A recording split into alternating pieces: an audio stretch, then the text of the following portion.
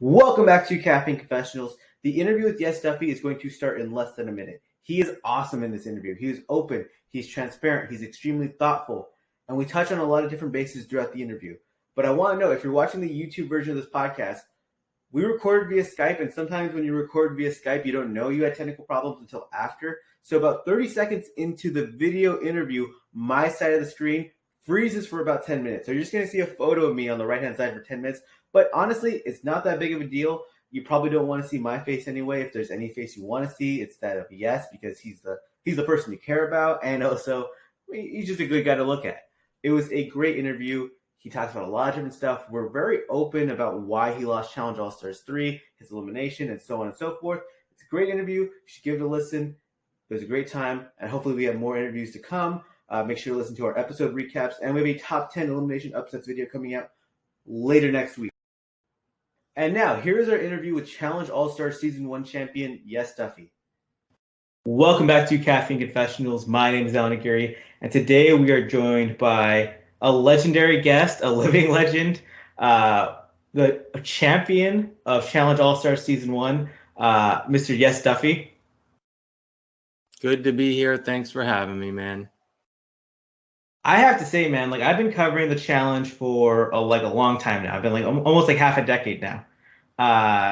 And when All Stars first came out, and I'm someone who likes to keep check with how the fans are reacting to cast members, what they have to say, especially the longtime fans, because I didn't grow up with the challenge like that. So I like to keep touch. I like to go back and read old blogs from back in the early 2000s. And with you, there wasn't a lot there. I'm not trying to be mean, but you were just a very chill guy who stayed low key. And then you come on All Stars and you win the first season and everyone's in love with you. It must be wild.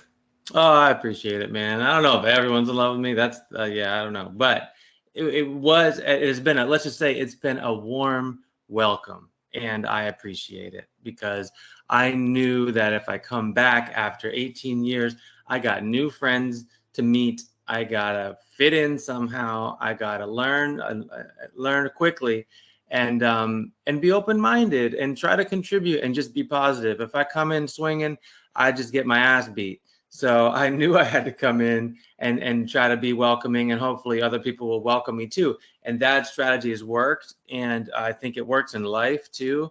And I try to trust people first, and it's been working. So it's nice to be back. And yeah, I have to be openly honest, because you're my guy, and I love how consistent with how you are and everything you do and how you compete and how you conduct yourself. You do not play a game of the challenge that I like as someone who analyzes the show, because I like the people who are messy, who make big moves, who do all that stuff. But it's just the way that you stay consistent with all your choices that I really respect and appreciate, because there are a lot of people out there who they kind of try to play that way, but they kind of half-ass it and they pick and choose their spots. But you stay on a straight line, and it's something that it's a code that I respect. Oh, thanks. Oh, I appreciate it. I know, I can tell you've been following things closely, for a long time. You've been a great resource. The stuff that you put out is great because you have such a sort of fine tooth comb at which you can go through things and see things with so much data that you've learned and analyzed. It's amazing. So seeing the way that you look at things, I really respect your depth of knowledge and care in the way that you see things. It's really cool. And I feel like when some of the stuff I've read that you've written, I feel like you were there. It's just wild. It feels like you were actually there because you can fill in gaps that production didn't explicitly say. It's wild. No, yeah, the craziest thing I tell people is I only watch the episode one time. Usually I watch it one time and I just but I watch it slowly and I try to pick up all the details I can. But I try not to think about the show too much, even because once I start thinking about it too much, then you start creating a certain narrative in your head and you just get invested in that narrative. I do have to say though, that first challenge of All Stars is something I think about a lot. Of All Stars 1, where you're grabbing the puzzle pieces in the water with Nehemiah, and I just think about that was probably the most important moment of your season. Because if you do the trivia challenge or the ice block challenge first, you don't really stand out. because it's just a random challenge. And at that point, you're in good shape, but you are a smaller guy. You came in with less connections. That first challenge really puts you on the map. Do you ever think about like if that wasn't the first challenge, like you could have just been thrown into the first elimination? Could have Every been day. You're could have been totally yeah. right. You are 100% right. That day was the day where I was like, oh my God, there might be a seat at the table for me. And I might even get to eat some food because because I was tripping. And even when I look at my face on, when I see it there, I was tripping. When I saw TJ out there, I was tripping. And I was like, what am I getting myself into? And I'm not great at diving, but I can go hard. And that's what I did. And I figured it out as I went. And I think that's key for any of these challenges. None of us really practice them all that explicitly. So I just went all in and it worked out. I mean, there's luck every day. And there was some luck that day too. It's just like I always tell people like the challenge is a lot of luck. It's like there's like people who have like a lot of good luck, people who have a lot of bad luck, and that's not necessarily like a bad thing either too. It's Yeah. worked out, yeah, it worked out positively for you. In that All Stars 1 season, there was a different vibe though. I think you will admit that, especially comparing to season Sure. 3, where I mean, just talk about the difference of the atmosphere between the house in season 1 and season 3. I mean, it's pretty apparent to me, but I want to hear from your voice. What it was like. I think, that was a funny thing. It was a big piece of my strategy, and that may never come back. We may never see it again or get that. We'll never get the same thing twice, of course, from the group or from an individual, really, because that was a particular moment in time where it was the height of the pandemic. There's no vaccines. Hundreds of thousands of people are getting infected and dying. And here we are all just trying to live out in the mountains in Patagonia with this opportunity. And so we had this idea, and it took a while to nurture, but this idea that to live maskless in a house and have free food and free shelter and everything was pretty special. So I think we're very thankful for the opportunity. And there was generally this sort of sense of privilege that came with it, which was cool. So I hopefully got to nurture that and acknowledge that, and other people did too. And so then there was this sort of general positive vibe. I felt that the opposite could have happened as well, which is here we come from 10 years ago. We haven't been on the show. We're really, really hungry. We really need to win. It's really stressful times. And we show up and just like eat each other alive. That outcome could have also happened. But I think partly on my part and many other people's part who were just like, well, how do we want this to be? Like, let's write our own future. We don't have to do what other challenges were. And in a lot of ways, that's why it became the sort of generally positive experience that it was because we chose to author our own experience as opposed to just react to the stress of what TJ and the challenge gods do to us. Yeah, especially like in those first couple episodes of All Stars 1, I could see you guys consciously making an effort to have a good time and really make the most of the experience. Because especially like I watch these newer seasons and it doesn't always look like they're having fun. And as a viewer, like when I watch this show, I'm like, well, I want to be at that party. That's like my thought process. Like I want to be at a party like I want to be at because it's good vibes. There's people I could click with and stuff like that. And you guys actually did have that, so it was very appreciated. Yeah. It was a group effort, because I'd say I would give the most credit to Big Easy because he doesn't say it out loud or explicitly, but actually he also does. He can start a party out of nothing, and that's his special talent, and that is his role. And he's not showing up saying, "Oh my God, I gotta win! How am I gonna beat you?" He's just trying to create a vibe, and he's usually really, really, really good at it. And then we also got Tech, and then we got Ruthie, and we got people who know how to create a vibe. So that really, luckily, in my favor also, it became the dominant feel. So it was cool that way. And also it's a little different. We all got to meet as one group to decide who was going in. And so you may not see it in the final cut, but when we all meet as a group, we get to discuss things, and actually we bond as a group when we meet as a group. And then in all three, you don't ever get that. You never get everybody in one spot. It's a very different thing, I think, from a social cohesion perspective. Yeah, I think with All Stars 3, I think All Stars 2 had a bit of All Stars 1 in it. but three just feels like the natural evolution because one, there was like a lot of nostalgia, a lot of good vibes, and then people are now just like they see the money on the table, and you see the cast they put. I mean, look at your All Stars 3 male cast because like you have like I was doing the power ranking before the season, and I had like MJ eighth, and I'm like he won last season. This guy won last season. I have him eighth out of the men. I got Derek ninth, and I'm like he's won three championships. Like that's how like how good everyone is. Like anyone can beat anyone on any day. Like it was a different atmosphere because I mean they stacked the deck. Totally, completely stacked the deck, and I think changed the game up in a way that just left it a bit more. All Stars 2 was also that way, where everyone has to out their allegiances or their enemies, and everyone's saying everybody's name. So I just think also partly the design of it led to a really, really competitive, socially competitive, and physically competitive crew. So yeah, they upped the ante, and it's we went all out. How I mean, like a lot of people had you ranked like number one. Like I had you ranked top three. How badass does that feel? Like just for you to be like, all right, I hadn't been on this. Like people like 2 years ago forgot I existed, and now I'm topping the list over like names of people who've won multiple championships. It gotta be a little badass, right? It's big. It feels good, but I also want to challenge it. I want to see if it's true. That's why I love the challenge, is to put myself to the test. That's why I go out mountaineering, and that's why I go out on I try new things all the time. I'm trying to learn guitar right now. I'm always trying new things because I want to see if I can do it. And so when people are like, "Oh wow, Yes is actually doing really well," or when I got people saying, "Oh, Yes might be able to win," I'm like, "Well, can I? Maybe he says I can do it. Maybe I can do it." Try, and I just try hard on everything.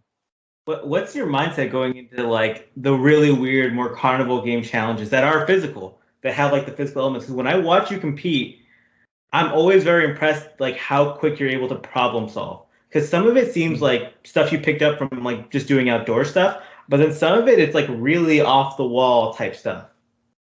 It is. I appreciate that you mentioned that. I feel like that's my special power, is that the ability to freestyle on the fly, think quickly, whether it's physical, whether it's mental, whether it's strategic, whether it's memorizing, whether it's a way to tie a knot or untie a knot or flip a thing or carry something. I am always thinking about how to best pull that off. And so I've always got little like tricks in my mind on how to do it.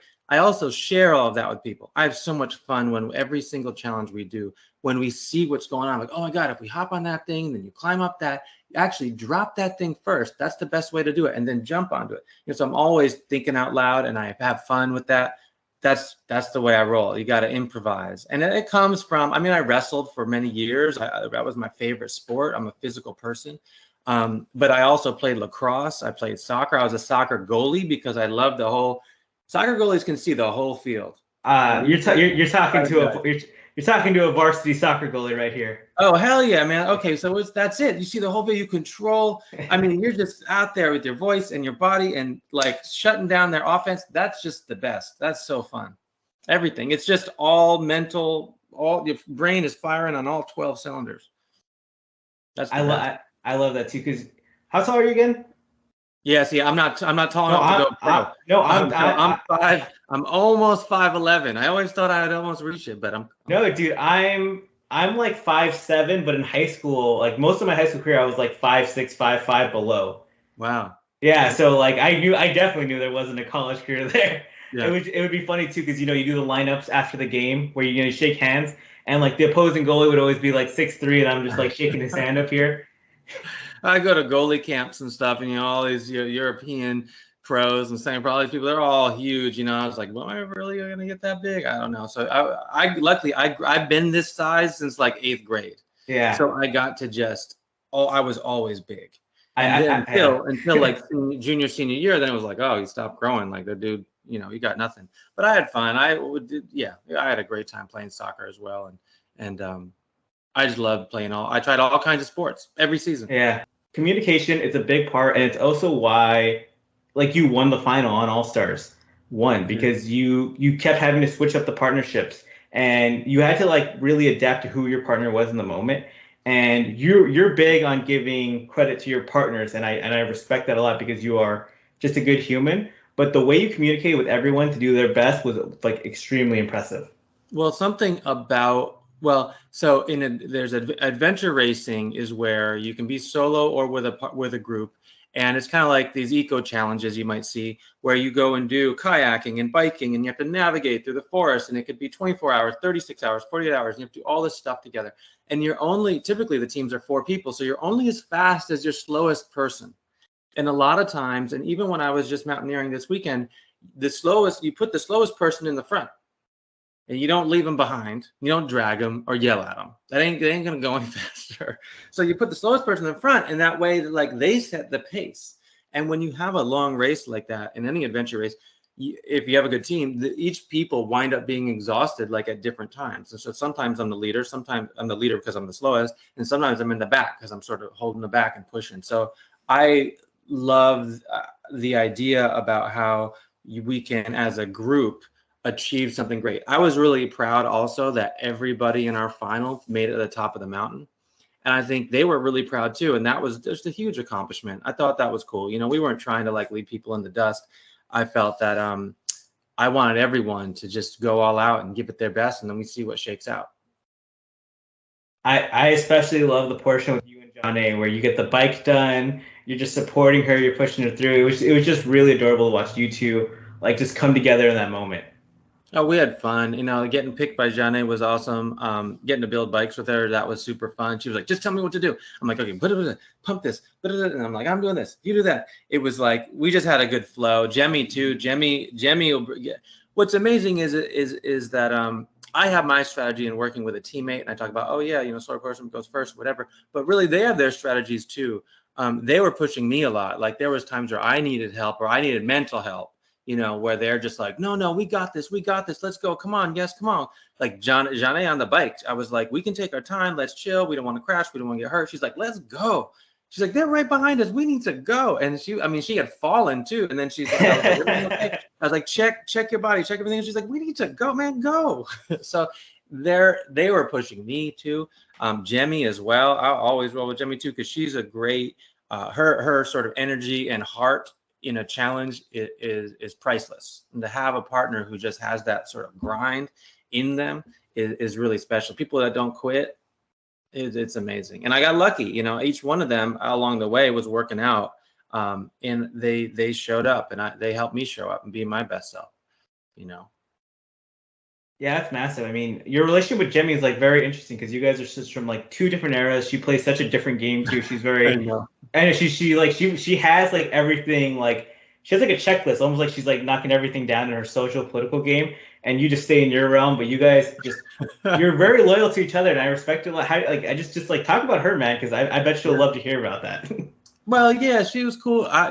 She was the first person to welcome me to the challenge, really. When it was on All Stars, we were all hanging out, and she was just like, she goes, Veronica told me, to look out for you, and I love Veronica. So hi, I'm Jemmy, and I'm looking out for you. And I was like, cool, nice to meet you. And she just was nice ever since. She was super nice, and I respect that. She does keep tabs on so many things, and is the ability to sort of know many things, moving parts all the time. And I'm very different. I'm chilling. I'm sort of in the moment. I don't overthink things. I don't even remember really what happened yesterday. I don't even take it personal. Whatever. We're here today, and we're making coffee. Like, that's how I roll. And so we're a great team for that, because I like friends that are different than me. I like being around people who complement each other. And it's that, to me, that's what I love about the challenge in general, is that it's a relatively sort of diverse mix. And so, yeah, I seek that stuff out. That's awesome. And also, let's talk about Veronica, because you guys literally go all the way back to your Road Rules season. You do All Stars 3 together. We actually don't see you two interact much on screen together. Veronica mentions you in her confessionals. I don't know if you mentioned her in one of your confessionals either. Like, they didn't really. I was unsure. Yeah. I actually was unsure about Veronica. I wasn't sure if she was gonna come and like stir the pot, or I was unsure of her, because I know that she is just such an experienced player in the game. So I kind of thought I might have to re-meet her in her challenge champion self, you know, as a woman who's won 3 and been through so much. I don't know her as that. I mean, I know her as more like Semester at Sea when we were together and not really on that level of competition. So she's like, it's like she went pro, she went to the Olympics, and now she came back, and I need to see what this like Olympian is all about. And so I was unsure. I had to sort of re-meet her. And she's the same old, smart, badass person, loyal and respectful and wise. She's like family. She really is. And so in that regard, we hit it off, you know. We didn't have a lot of like, I have a feeling it's probably strategic, but like we didn't hang out a whole lot then because everyone knew that we were on a show together, you know? So maybe it was strategic to just not openly state our alliance. It was good vibes though. I will say, like, you guys did feel like the family member you don't see often, but you see them at a party. You're like, oh hey, it's like there's love there. There's kinship there. Completely, and then it grew, and it totally grew, and now it's like it's all love. It's all, yeah. It's amazing to have known her for more than half of my life. And she's playing fantastically right now, where she's just killing every, like, she's so smart. She's killing every single mental competition. Yeah, she's great. And so we went to Cal together. So we were at UC Berkeley together way back in the day. And we never had classes together, but she's so smart. She's amazing. Yeah, there are always people who, because, like, you know, she's known for being like very fierce, like the mean girl label, like attractive, like, you know, did Playboy. But it's like I think on Dirty 30 a few seasons ago, she purged Jordan because she was the only person able to solve a 3D puzzle. Like, she's a bad, like, she's a badass, and people don't really understand like how smart she is. Like, I was watching your old Road Rule season, and she won that photography challenge, and you had the person from your season who was into photography, and he was real sad about it. But that's because, like, Veronica is just so talented that, like, people don't even realize it. Yeah, she doesn't make a whole lot of mistakes. You know, she's very well thought out. Everything she does is really comes from like a sober place and a mature place. And I was interested to see, like, yeah, you know, they got this history, they're bad girl, you know, bad girl labels and different things, but people arrive and they're different. That's actually what excites me the most, is that people arrive and they show their like their transformed self or their evolved self. You know, none of us are fixed the same person in time for a long time. We always change. Everyone evolves. But oddly enough, though, we have these shows that sort of stick it into one moment. Oh, well, Yes did this thing. He must be like that. But I might change from that like next week. Like we do, and we grow and we change and we try new things. So I love to see that in the show where people change and they grew. And I hear their old stories, or I hear how they tell me who they were and who they are. And it's really, really wonderful to hear, usually. And that was cool, like Naya's story or even Jordan's story, and to see that, like, people who've come so far. Yeah, those are two people I've been covering for, I mean, like, since like the beginning of, like, Naya was not on the show when I started, and like, but that was like right before. And Jordan's someone I've covered like throughout. Like, I've covered his engagement, I've interviewed him multiple times, I've covered all his different companies. Oh, wow. I've always been like, when I meet Jordan, there's like a lot of people who question him, but he's just very like transparently, like, I know bad people and I know Jordan isn't a bad person. Like, if you meet Jordan, like, he's just very thoughtful in everything he says, and he's actually very willing to learn. And I've always appreciated that about him. Yeah, I appreciate that too. He and I have a lot of fun sharing strategy all the time. And we never talk game or anything, but when it comes to challenges, we have fun and we unpack everything we see and try to. He helped me. He helped me when I had won the swing challenge, when we were swinging and dropping in the water and then putting the star puzzle together. He said, "Look, when you get that big thing," and we were just thinking out loud, but he's like, "I bet when you get that key and you get that big." When you get that buoy, throw that buoy as far as you can and you swim to it. Don't poke it and swim with it. Anyway, and that's what I did. And then I won. So thanks, Jordan. All right, we got to talk about your guy now. We got to talk about your boy Wes. Boy, never really called him that. But we can go with that.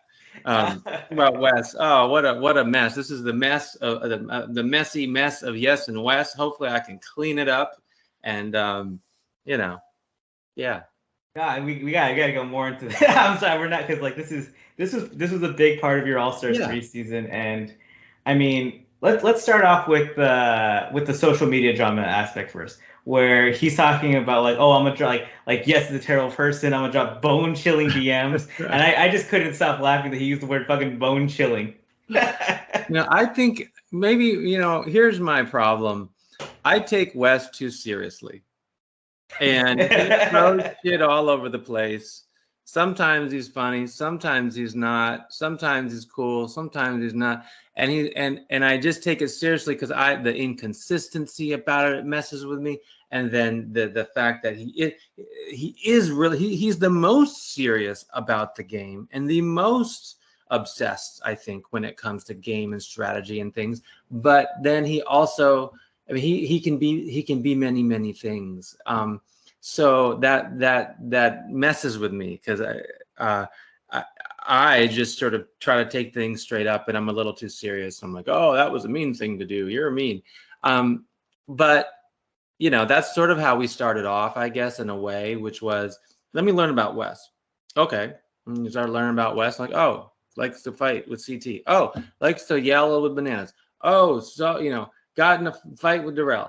Oh, this, like, who is this dude?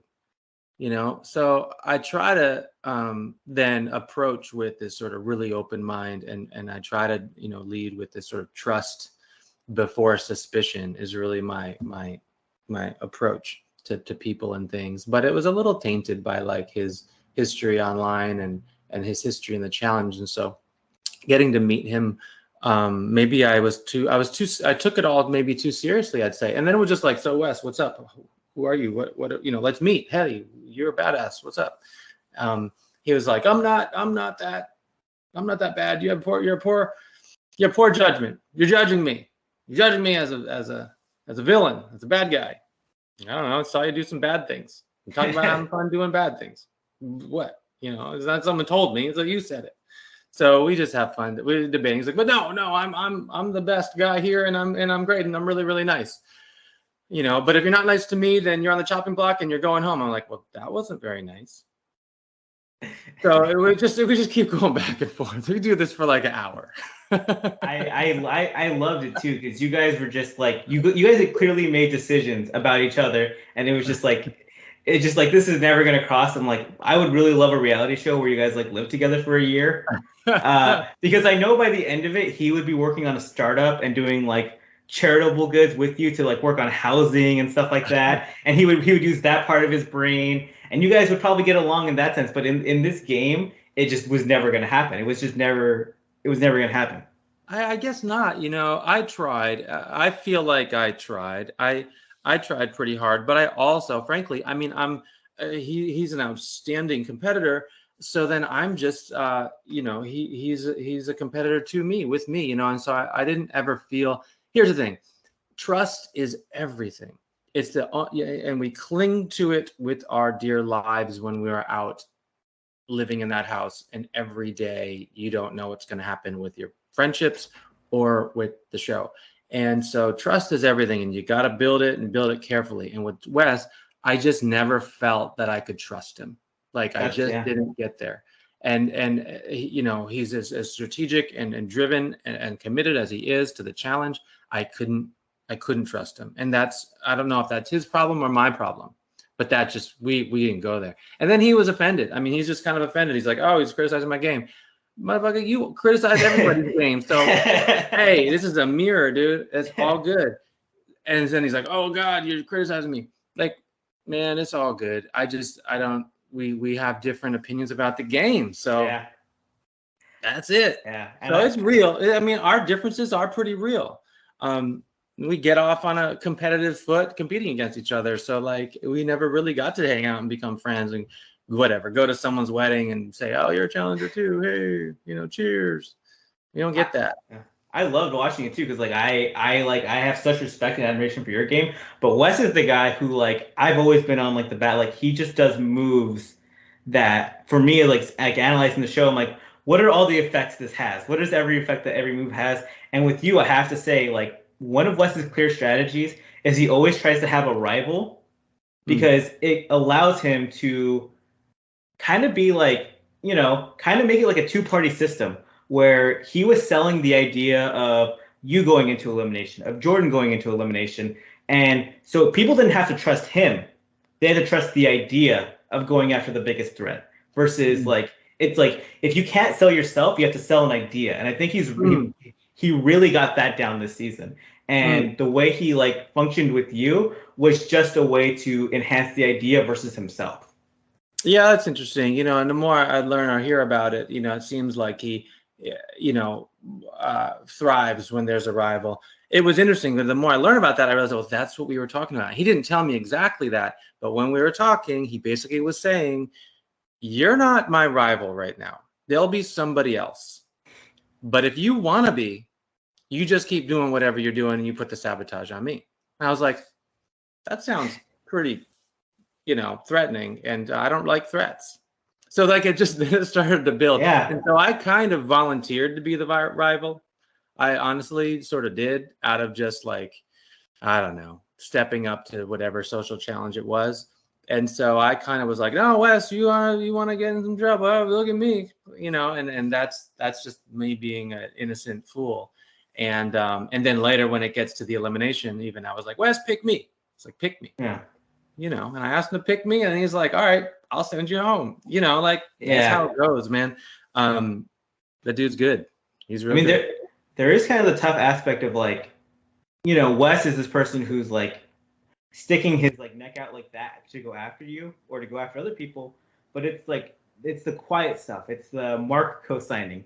It's Derek co-signing. It's Brad co-signing. It's Nehemiah co-signing. So it's like one of those things where it's like, you've been around politics and activism a long time. Like some people, they just know how to rally those votes. And some people, they quietly fill out those ballots and they don't say it to your face. Completely. And that's what we could guarantee is going on all the time in Wes's world. So that's where the trust issue came up, which was just like, he's not here to hang out and he's not necessarily here to make friends. That's okay, but he came to play. So I don't know. I made him up in my head as someone as a threat, and he wasn't. It's true, and he said it. Like, I don't know if I was on his radar as much of a threat. I think he probably had other people with other histories and other things to manage, but he was my sort of a perceived threat to me. So like, he was just owning real estate in my brain, which was for free. No, that's what I want to bring up because your elimination. Like everything I admire about you, you threw it out the window in the elimination arena because you play with your brain, and I love seeing how you figure out challenges. But like in that challenge, that was like that elimination. It was like your heart was playing, and you had the idea of like this 3-week battle between us needs to come to a head, and I want to beat you as an athlete, not with my brain. And is that how it felt like to you? I mean, that's what I saw. Sure. I'd also, yeah, totally. But the leading up to that, I'd say was personally like a legitimate amount of the anxiety of the game, insecurities about being able to succeed socially. All those things do pile up and lead to poor decision making. And so, yes, there was poor decision making on my part. I think in that the biggest decision was like, hey, let's me and Wes jump in the ring together. That would be fun. And that's sort of losing sight of the bigger picture. But I also felt like I had something to prove, and people are like, oh, Yes has never been in elimination before. And every time there's a deliberation about, oh, who hasn't been in deliberation before? I don't want to be in that group either. I was like, let me prove myself and get my stars. So that was fun for me. And it was part of my own challenge. And so then I go up there, and I just felt like it was a sprint. I knew like Wes is bigger than me. I can't really push him off this thing very easily. So I need to either like go 100. So I felt I needed to give it 110%, or else I can't win. I couldn't win at 90%. I couldn't win at 80%. I don't think. So I just was always trying. I just was like, hey, let me just try and knock this dude off for 45 minutes. It was tough. I mean, like I was watching that elimination, and I was just like, really, impressed by Wes because he got you so emotionally invested, and then he detached his soul. Like I don't like that was kind of crazy how he was able just to like take emotions out in that moment after being so heated. I'm like, I don't know how a human being does that. I don't know how. Like that was probably like the craziest part about all of it. Yeah, it was weird for me to not know what was going through his mind. I don't think he was as calm as it all as the final cut made it. You know, like he had to work. I mean, we were working. I mean, I'm not just pushing on these things against air. Like we're pushing against each other for a long time. And so um he looked like the cool, calm, collected guy most of the time, but really I had him sort of pinned uh, to the edge because and he stayed calm in that way and won and was very smart about it. But I had, you know, you're sort of owning real estate. The more that I push, once they're pushed in all the way, he can't go that direction anymore. So I pushed in like 75% of them and he's like backed in towards the edge. And I'm like, well, if I can just push in a few more, he falls off the end. You can kind of like keep pushing him all the way in until someone falls off the end. And I thought maybe I'd get it there because he was like 2 or 3 of these things away from the end. And so he was kind of pinned into a corner, but he chilled back there and I couldn't get him off that edge. And that was just super smart of him, of course. And then it worked, you know, worked in his favor. It was cool. It was wild to me also being in the arena for the first time and then wondering who's cheering for you and who's not. I was just like I wasn't ready. It's hectic. And I mean, it was a learning experience for you. I feel like this is like a loss that will like fuel the fire if you ever come back. Like it was like there's no other elimination that really could teach you so much because like you really because that was a grueling mental, cardio, physical battle. It really was. And I don't know, maybe it's just because I did it, but it felt way harder than it looked. It was hard. I'm fit. I know Wes is really No, fit too. yeah. Like we went at it. I was tired. I was exhausted. I mean, it really all of it comes from your feet because that's the only thing touching the ground. So all your pushing comes from ankles and feet and legs and everything. So that just it just got tiresome. And I'm glad it wasn't some stupid weird elimination where I dropped the ball or did something stupid and got sent home. But like we had fun. We got to go at it and went all out. It was fun. I would love to do more. I those eliminations I would love to, I want to try every one. That's actually so All Stars 1, I promised myself to not bite when it came to the eliminations because I wanted to do them. I felt like I had called it in my interviews, like with production. I was like, it's like an arena with a big piece of meat in the middle, and I'm the lion, and they're like, you want to come down and eat this? Like they're very tempting to me to go down there. The athlete in me wants to try every one. And then I learned like, don't do that though. That's not the way to win. But I lost sight of that real fast. I would love to see. I would love to see you in the not so fast elimination where you tie all the knots and stuff like that, and it's a lot of cardio. Yeah. And I just think you would do so well in that because you would. I mean, you have a building mind, bro. You know what I mean? I love that stuff. I see people doing it. I'm like, I want to try. Even when they're done, like we all have to go back home. But like, I want to try it, and I ask them all about it. I want to try that stuff, but I don't want to get sent home. So that's the dilemma. I know you don't have a lot of time left, and I was really hoping like we talk about a lot of different stuff, especially like on the activist side of your life, because like you've been like really big about affordable housing, and that's like just a really big detail because like I've been living in an apartment for a while. We've been looking for like an actual house. It's been a struggle. My mom used to be homeless, like when I like growing up when I didn't live with my mom, she was homeless. And nowadays she works in a shelter for women and children. So like those are issues that are like really big to my part of my life. So I want to hear you talk about it. Yeah. Yeah. Well, I've so I grew up similarly, sort of where seeing people that are experiencing poverty or houselessness or homelessness or temporarily homeless. I just came to care about people, and when they're in the street, actually for me, like I think of it back in the day when I was skateboarding and breakdancing as a kid and I was in the street, I became friends with a lot of people who were homeless and just came to be very compassionate for the struggle and relating to people and then wondering like, why is it this way? Like, is this like the result of just poor choices of an individual, or is there a bigger structure that sort of is not helping certain people and helping others? And so as I went to college and then start to study more about it and learn more, I realized that the polarity of wealth, where all these rich people are getting richer and all these poorer or middle class are working harder but not getting more out of it, and actually even things are getting harder, like rent's getting more expensive, and you can't buy a home even though you have an outstanding job and you are in your 30s, and two incomes. All these sorts of I'd say situations. As I grew up, I realized we're not just individual choices. There are laws that we need to change, and there are laws that we need to make that will help people succeed. And that was important to me. So for me, then where I fit in is as an architect. And I say, well, I love to design, I love to make things. And so as an architect, I believe that we need more, frankly, we just need more housing, but we especially need more housing for people who can't afford housing. So that became my career, and that's what I love to do. And it's just important to listen to communities that are struggling, and sometimes these fixes are really simple, really easy things. It doesn't have to be complicated. Simple things. Even when I had first learned, when I was a student, I learned about an architect that was studying homelessness, and listening to homeless folks. He had learned that a lot of homeless women have dogs for protection. A lot of homeless people have dogs for companionship as well, but a lot more women have dogs for protection.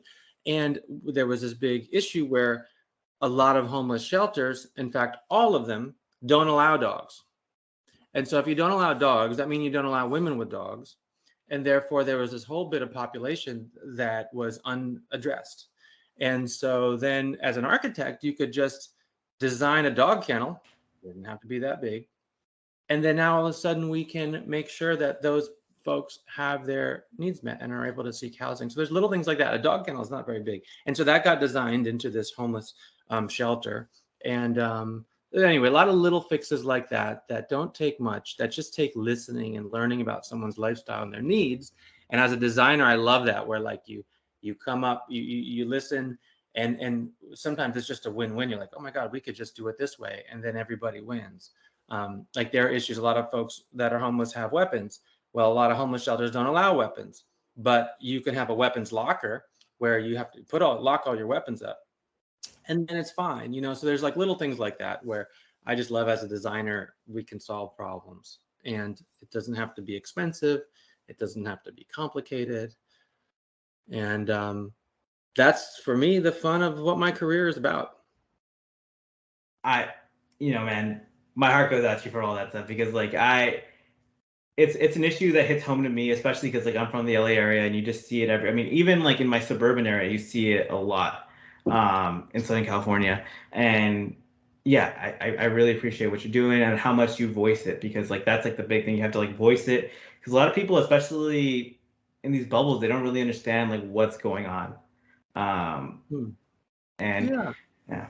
And I think we do, and I think people in generally want to do good, and they want to help, and they don't want to see somebody struggling or somebody in poverty, and they want to do something, but it's just hard to kind of know where to fit in and what to do about that. So anyway, I just encourage anyone to, it's all about the little things. You don't have to dedicate your whole career to it if you don't want to, but it's all about little things and the way we treat people. And I think if we can vote for politicians who understand that, and vote for laws and support laws that support everyone in that way and help everyone thrive, that's kind of where I am. That's where I stand. I think we're only as good, just like I say, you're only as fast as your slowest person. As a society, we are only as good as those that are struggling the most. And that is what defines our level of success as a society. And if we can't take care of everyone, then we're not fully succeeding. So that's the way I sort of feel.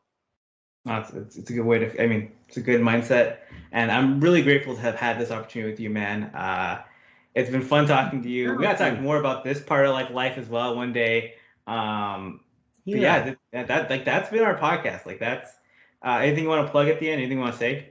No, I'm good. I just want to say thanks. Thanks for having me. Your insight is very, very, very unique and deep in this. So thanks, man. Your analysis and it's just wonderful, as someone who goes on these shows and we put all of our heart and soul into it, and then production only puts out a very sort of thin final cut of who we are, what happened.